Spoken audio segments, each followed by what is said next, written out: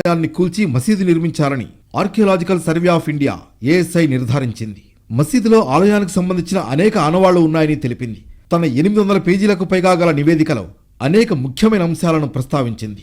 ASI survey నివేదికను బట్టి చూస్తే భారీ హిందూ ఆలయాన్ని కూల్చి జ్ఞానవాపి మసీదును కట్టారని నిర్ధారణ అవుతుందన్నారు హిందూ సంస్థల తరఫు న్యాయవాది విష్ణు శంకర్ జైన్.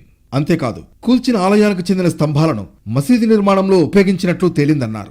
17వ శతాబ్దంలో ఆలయాన్ని కూల్చినట్లు తన నివేదికలో స్పష్టం చేసింది ఏఎస్ఐ. గతంలో ఆలయ గర్భగుడిని ఇప్పుడు మసీద్ హాల్గా ఉపయోగిస్తున్నట్లు ఏఎస్ఐ తేల్చింది.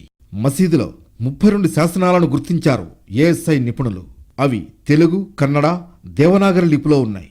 జనార్దన, రుద్ర వంటి పేర్లతో శాసనాలు ఉన్నాయి. అలాగే మసీదులో పలువురు హిందూ దేవతల విగ్రహాలు కూడా ఉన్నట్లు ఏఎస్ఐ నివేదికలో స్పష్టం చేసిందని తెలిపారు న్యాయవాది విష్ణు శంకర్ జైన్.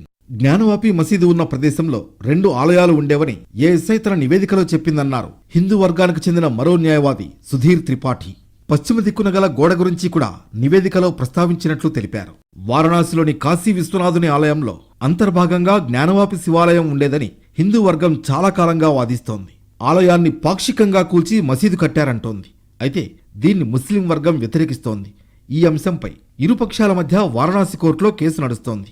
ఈ క్రమంలో కోర్టు ఆదేశాల మేరకు మసీదులో వీడియో సర్వే జరిగింది. వాజుఖానా బావిలో శివలింగం వంటి ఆకారం బయటపడింది. అది శివలింగమే అని హిందూ పక్షం వాదిస్తోంది. కాదు, ఫౌంటైన్ అంటోంది ముస్లిం వర్గం.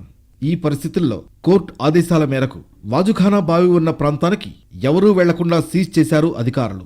అలాగే మసీదులో సమగ్ర సర్వే జరిపించాలన్న హిందూ పక్షం వాదనతో కోర్టు ఏకీభవించింది. సుప్రీంకోర్టు సూచనలకు అనుగుణంగా సీజ్ చేసిన వాజుఖానా బావి ప్రాంతాన్ని మినహాయించి మసీదులో సర్వే నిర్వహించింది ఏఎస్ఐ. గత ఏడాది ఆగస్టు 4న సర్వే ప్రారంభించిన ఏఎస్ఐ డిసెంబర్ 19న కోర్టుకు